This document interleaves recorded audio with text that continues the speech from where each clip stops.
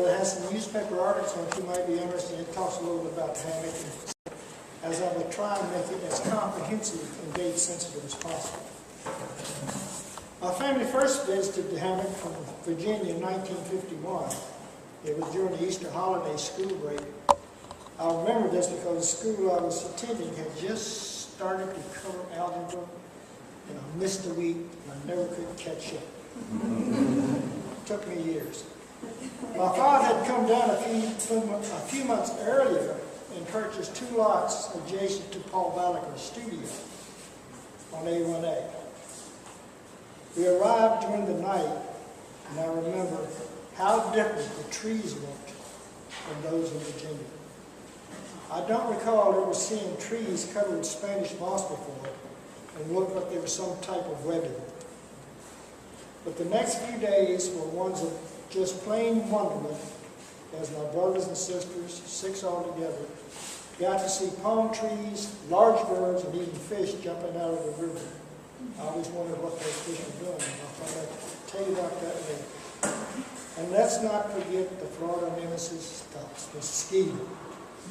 There was no mosquito control back then, and at the time there was a long dot on our property that went almost out to the edge where the V is in the channel.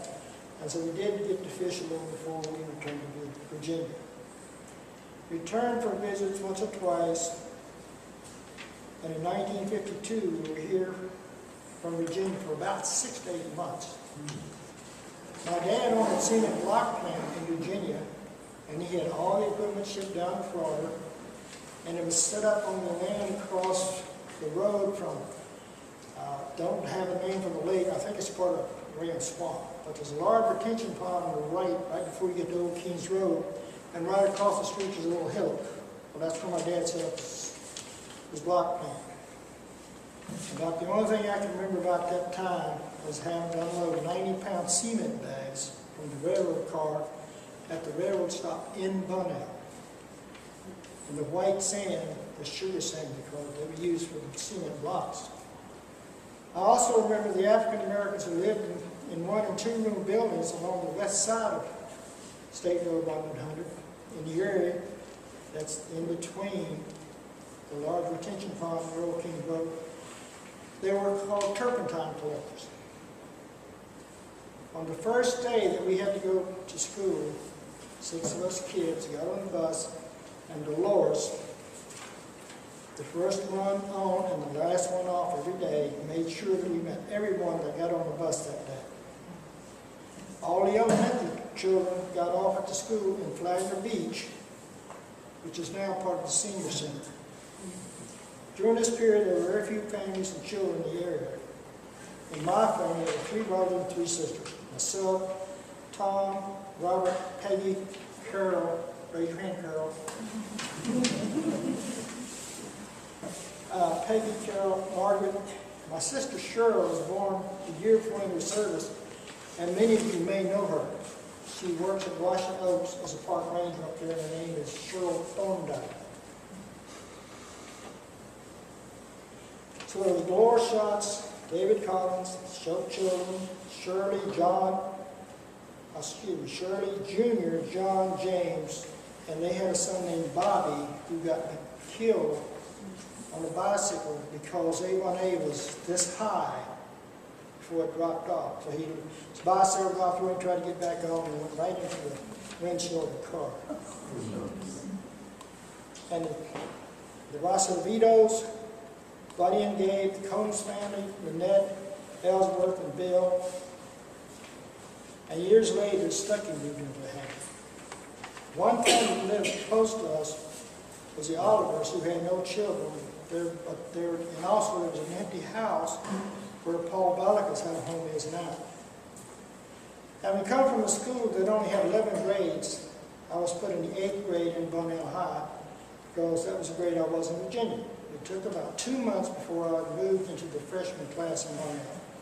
The only thing that I can really notice that was different from the class in Virginia was just how many good-looking girls there were. Believe me, they were. After a few months, Dad sent the equipment back to Virginia. We also returned in 1954 when we planned to return for good. I was again put back in the sophomores instead of juniors for about 2 months. This time, community had grown, and this is where it gets a little confusing because I was a little ahead of myself. The Combs family and the Hurley families moved into the area. But we did get to, we had to get up about 6 in the morning to get ready to go to school, and we had a bus driver named Butterbush. And if you misbehave on that bus, he put you off your butt. He didn't care where you were at. So needless to say, we didn't have too many problems. There was an animal farm area that is now public. There was also a large pond in the middle of this area, and across the road there was a small shop where Mr. Shote made cypress furniture. We still had Denny Moore Restaurant and motel owned by Rosa DeVito's, along with Pappy Klein's Cafe and Dolores' Motel and Restaurant. There was also a small eating stand owned by a Mrs. Rapp that served coffee, soda, and really good warm cinnamon buns. The only construction that is there left now is a small structure where Mrs. Rapp used to have her food stand. This is just a little bit north because of the building there, just a little bit north of the wine shop. And at one time there was a guy that repaired carts for the grocery carts. There was also Mr. Combs Shell Factory, which is now the Hammock Gardens. That's where his location is at. That sold all kinds of seashells from all over the world. He had shells that were worth thousands of dollars. I got to be good friends with his son's Bill, and once drove their truck down to Fort Lauderdale to pick up a load of conch shells. And he's talking about smelly business. There was a smelly business. But later, the Rosa DeVito's built a gas station, which was the old flower shop. When we first moved here, you could pick up conch shells by the hundreds, believe it or not, right up there on that beach. And as you know, there's nothing hardly left anymore there. The Hammock was very small, and there was hardly, I don't think, had your uncle started building this house yet? At the motel? Yeah. No, they didn't start that until the mid-60s. Okay. There was hardly anything between New England to what is now Washington Oaks, which at that time was O&D Young's Estates. Next was Stuckey's. Well, Stuckey's didn't come here in 1956, but then Dolores' Motel and Restaurant. From there was a few homes until you got to the curve by the Prudential Real Estate Office, and further on there was only very few buildings. One at Jungle Hut, and one at Fox's Cut Curve. And if you've been here long enough, you remember a little orange man sitting out in front of him. The orange man, I don't know what happened to him. But there was nothing but palmettos until we got to now part of Beverly Beach. There were a few families in here that had the children. We did manage to have fun. Swimming in Sulphur Springs, that is now almost all gone. It was across from the Rocks Motel, which, as I understand it, that builder used the cocaine out of that to build his motel, along with fish in the ocean, other intercoastal water. At that time, you could catch croakers, trout, drum, sheephead, snapper, redfish, and an occasional shark, occasional ray, sail cats, and pufferfish. And I also remember why you could not catch that fish that kept jumping out the water all the time. But I was told they were called mullets, which I understand are basically vegetarians. We do not have the type of rods that we have today. We had to use cane poles. And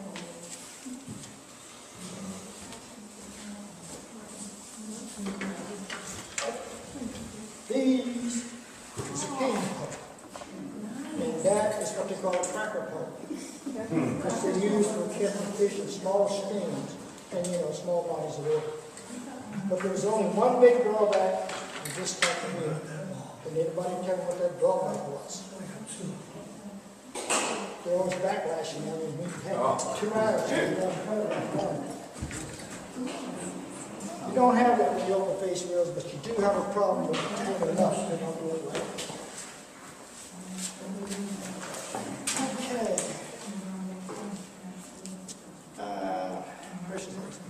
drainage ditch that we have along the south side of Malacopter here was installed during the period we had returned to Virginia. And there was open drainage ditches on the north side of Malacopter. But since then, they have been covered up. The county went in and put pipes in underneath the road and covered it back up, so you don't see that.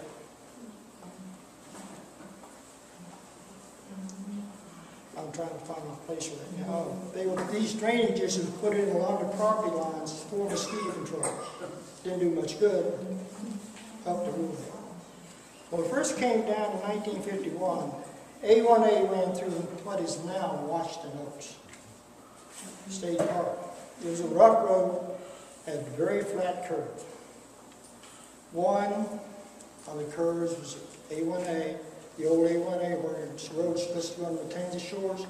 There's an old A1A goes down, and it's a dead 90-degree going into Washington Oaks.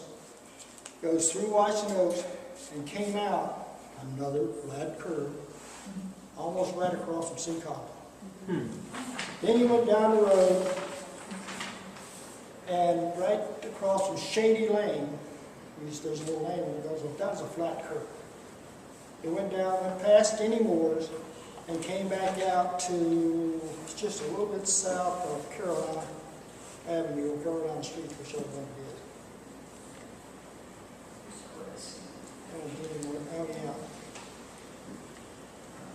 In 1952, I think it was, was when they started, when they moved A1A. They moved A1A to its present position. And believe you me, over the years, it was they kept hot.